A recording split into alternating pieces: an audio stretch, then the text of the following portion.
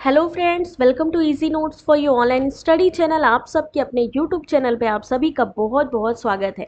Friend, जैसा कि आप जानते हैं, आपके सामने हम जो लेटेस्ट करंट अफेयर्स है वो लेकर आते हैं आने वाले कंपटीशन एग्जाम के लिए। तो आज भी आपके सामने कुछ लेटेस्ट क्वेश्चन है जो एग्जाम में पूछे जाने के चांसेस हैं। स्टार्ट करते हैं आज के सेशन को। उससे पहले आप सबसे मेरी रिक्वेस्ट है कि अगर अभी तक आपने चैनल को सब्सक्राइब नहीं किया है, सब्सक्राइब कर लीजिए और स्टार्ट करने से पहले वीडियो को एक लाइक कर लीजिए। 30 सेकंड में आंसर करना है क्वेश्चन नंबर 1 का। प्रैक्टिस बहुत ज़रूरी है किसी भी चीज़ की। एग्जाम में अगर आप बैठ रहे हो, क्वेश्चन नंबर 1 का आंसर करने की कोशिश करो। क्वेश्चन नंबर 1, क्या होगा इस क्वेश्चन का सही answer? As per the recent update from the IMF, what is India's growth forecast for 2022 to 2023? IMF के हालिया अपडेट के अनुसार 2022 और 23 के लिए भारत का विकास पूर्वानुमान कितना है?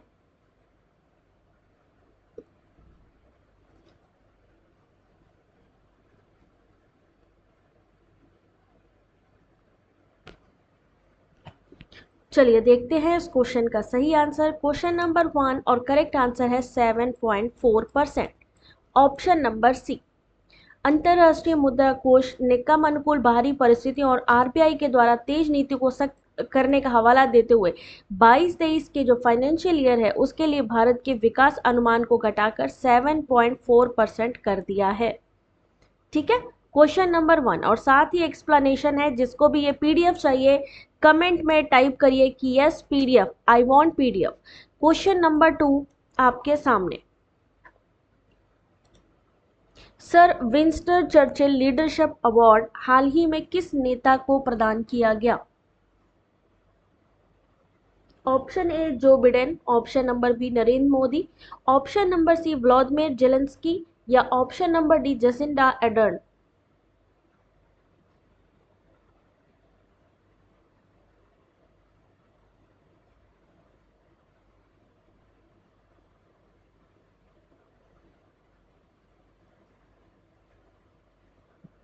चलिए देखते हैं क्वेश्चन नंबर 2 सही आंसर क्या होगा। Option number C Zelensky. Vladimir Zelensky. British prime minister Boris Johnson presented Ukrainian President Vladimir Zelensky with the Sir Winston Churchill Leadership Award.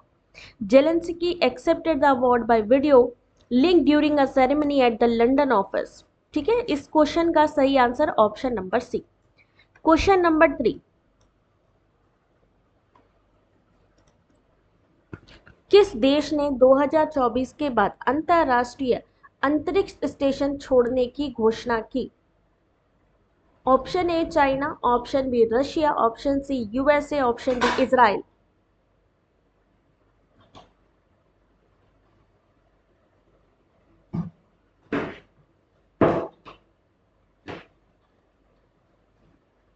और इस क्वेश्चन का सही आंसर होगा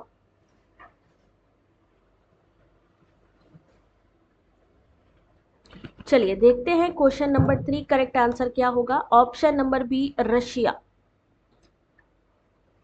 Russia has decided to quit the International Space Station after 2024 as per the newly appointed chief of Moscow Space Agency। 2024 तक अंतरराष्ट्रीय अंतरिक्ष station को छोड़ने का फैसला लिया है रूस ने।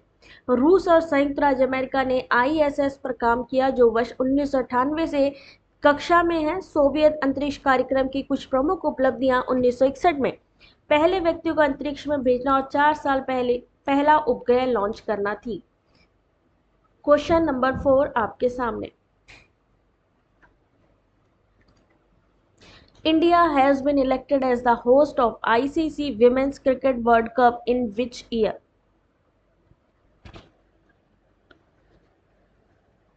भारत को किस वर्ष आईसीसी महिला क्रिकेट विश्व कप के मेजबान के रूप में चुना गया है?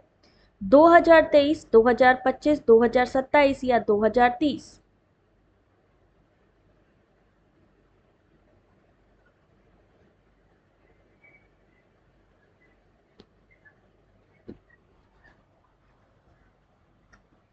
चलिए देखते हैं इस क्वेश्चन का सही answer. Question number 4 correct answer है ऑप्शन नंबर बी 2025।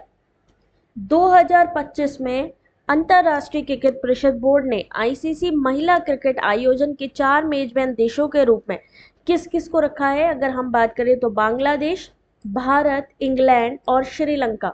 जबकि आईसीसी महिला टी20 विश्व कप 2024 की मेजबानी दूसरी बार बांग्लादेश के द्वारा की जाएगी। 2026 संस्करण इंग्लैंड में जाएगा। 2025 में अगला आईसीसी महिला क्रिकेट विश्व कप भारत द्वारा आयोजित किया जाएगा और श्रीलंका महिला टी20 चैंपियंस ट्रॉफी 2027 की मेजबानी करेगा। ये जो टॉपिक है ये बहुत इंपॉर्टेंट है और पूछा जा सकता है कि कब कौन किसको होस्ट करेगा। ठीक है, क्वेश्चन नंबर 5 आपके सामने।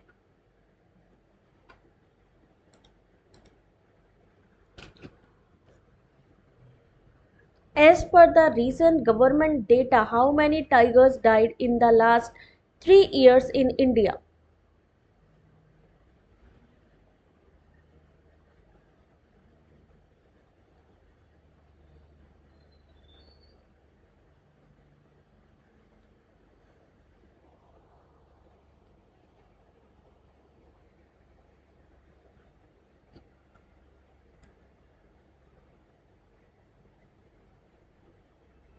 चलिए देखते हैं इस क्वेश्चन का सही answer. Question number 5 option number C 329, 329। ये अभी नया डाटा प्रेजेंट किया गया था।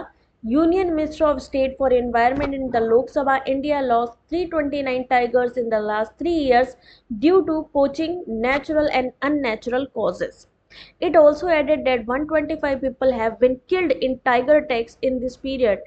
Around 307 elephants have died in this period due to poaching, electrocutions, poisoning, and train accident.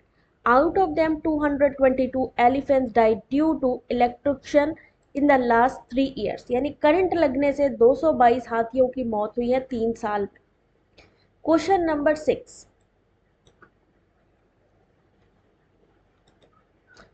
in the PSLV C-53 mission, ISRO launched 3 satellites of which country?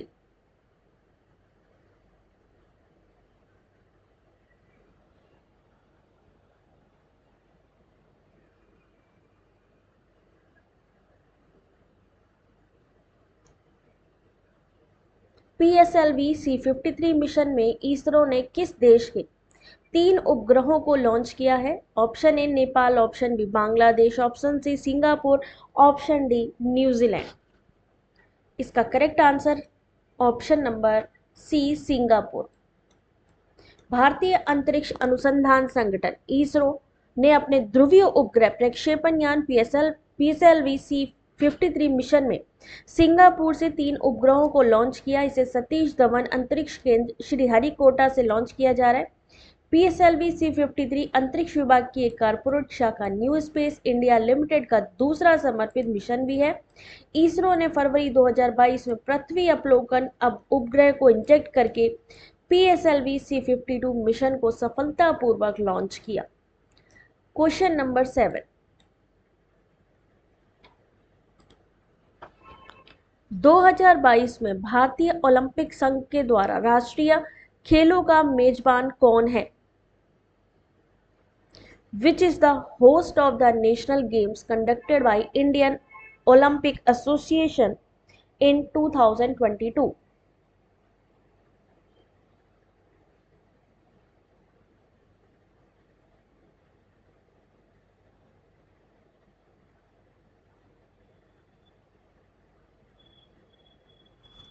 चलिए देखते हैं इस क्वेश्चन का सही answer. Question number 7 option number C Gujarat. भारतीय Olympic संघ ने घोषणा की कि राष्ट्रीय खेल इस साल सितंबर अक्टूबर में गुजरात के कई शहरों में आयोजित किए जाएंगे। पिछला राष्ट्रीय खेल 2015 में केरल में आयोजित किया गया था और गोवा को 2016 में 36वें संस्करण की मेजबानी की गई। 18-19 में देरी की बात, गोवा पर्याप्त बुनियादी ढांचे का निर्माण करने में सक्षम नहीं था, इसलिए खेलों को आगे 2020 तक के लिए स्थगित किया गया था। अब कब कराया जा रहा है आपका? अब अगर जो होगा वो होगा गुजरात में सितंबर अक्टूबर में 2022 में। Question number 8,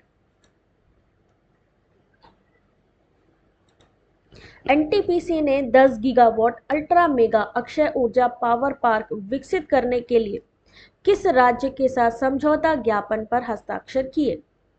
option A Gujarat, option B Rajasthan, option C Punjab, option D Maharashtra.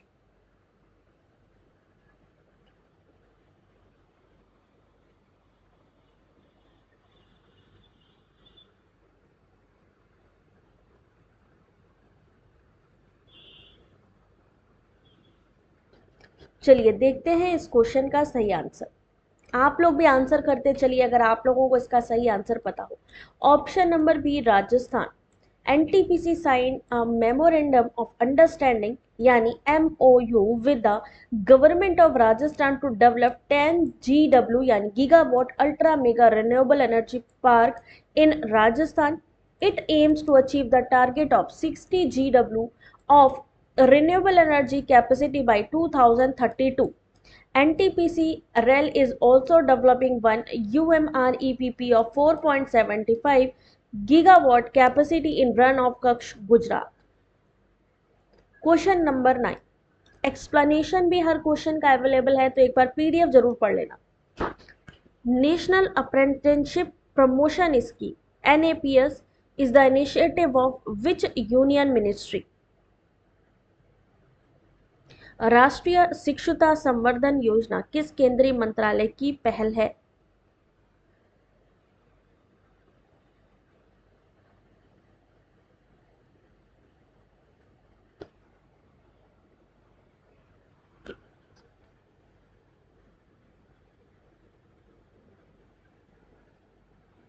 चलिए देखते हैं इस क्वेश्चन का सही आंसर।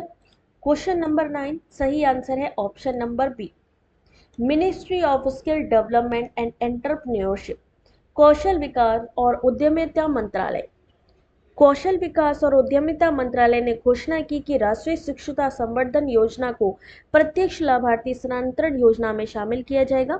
नई सुविधा सभी प्रशिक्षुओं को सीधे सरकारी लाभ प्रदान करेगी। इससे पहले कंपनियां प्रशिक्षुओं को पूरी राशि का भुगतान करती थी, फिर सरकार से प्रतिपूर्ति की मांग करती थी। 2016 में देश में शिक्षुता प्रशिक्षण को बढ़ावा देने और शिक्षुता का पीछा करने वाले प्रतिष्ठानों को वित्तीय सहायता प्रदान करने के लिए NAPS यानी नेशनल अप्रेंटिसशिप प्रमोशन स्कीम को शुरू किया गया। क्वेश्चन नंबर 10,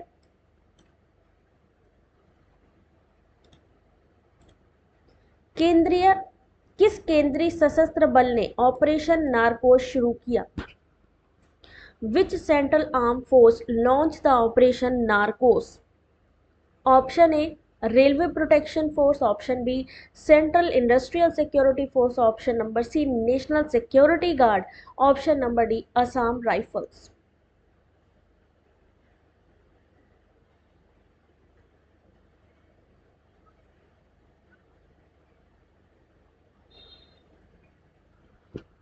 चलिए देखते हैं इस क्वेश्चन का सही answer. Question number 10 option number 1 railway protection force.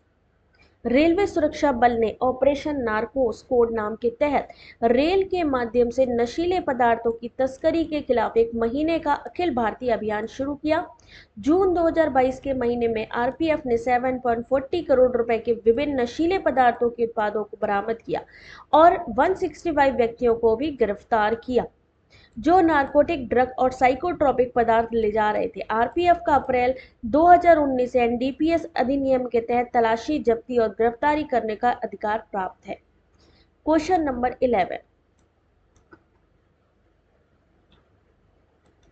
One district mart को ONDC प्लेटफॉर्म से जोड़ने वाला पहला राज्य कौन सा है? Which is the first state to connect one district mart with ONDC platform?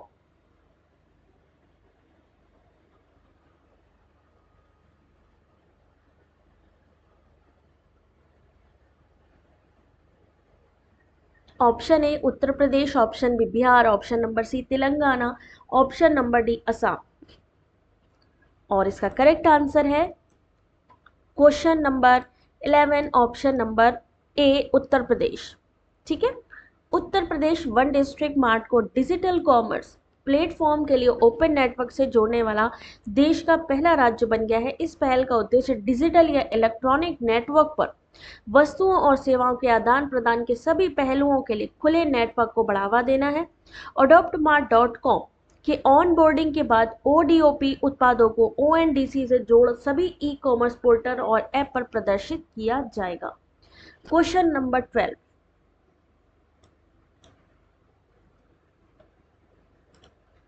which state or union territory announced to conduct a government-backed shopping festival in 2023? किस राज्य या केंद्र शासित प्रदेश ने 2023 में सरकार समर्थित शॉपिंग फेस्टिवल आयोजित करने की घोषणा की?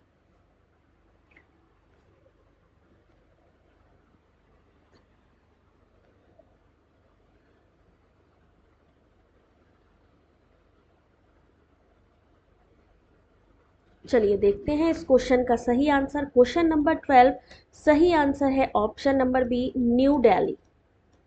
सही आंसर नई दिल्ली। दिल्ली 28 जनवरी से 26 फरवरी 2023 तक अपने सरकार समर्थित शॉपिंग फेस्टिवल की मेजबानी करेगा।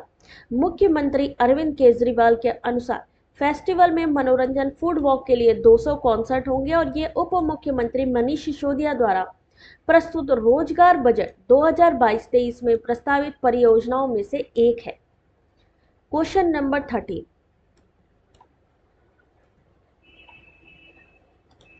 as per the recent notification by the Finance Ministry, what is the GST applied for sale of Indian national flag? वित्त मंत्रालय की हालिया अधिसूचना के अनुसार भारतीय राष्ट्रीय ध्वज की बिक्री के लिए लागू जीएसटी कितनी है? यानी आपके नेशनल जो फ्लैग है, अगर उसकी कोई बिक्री करता है या सेल करता है तो उस पर कितनी जीएसटी टैक्स कितना लगेगा?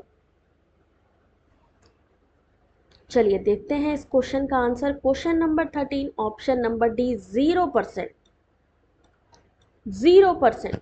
वित्त मंत्रालय की हालिया अधिसूचना के अनुसार भारतीय राष्ट्रीय ध्वज की बिक्री पर माल और सेवा कर यानी जीएसटी से छूट है। भारतीय राष्ट्रीय ध्वज चाहे मशीन से बना हो, पॉलिस्टर का हो, वस्तु एवं सेवा कर जिसे हम जीएसटी कहते हैं से मुक्त है। कपास, रेशम, ऊन या खादी से बने, हाथ से बुने, हाथ से काते गए राष्ट्रीय झंडे पहले से ही जीएसटी से मुक्त है, यानी 0%। Question number 14,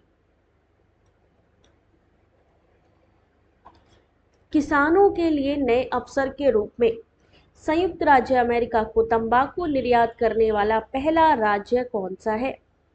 Which state is the first to export tobacco to the United States as a new opportunity for farmers? Option A Tamil Nadu, option B Andhra Pradesh, option C Karnataka, option D Kerala.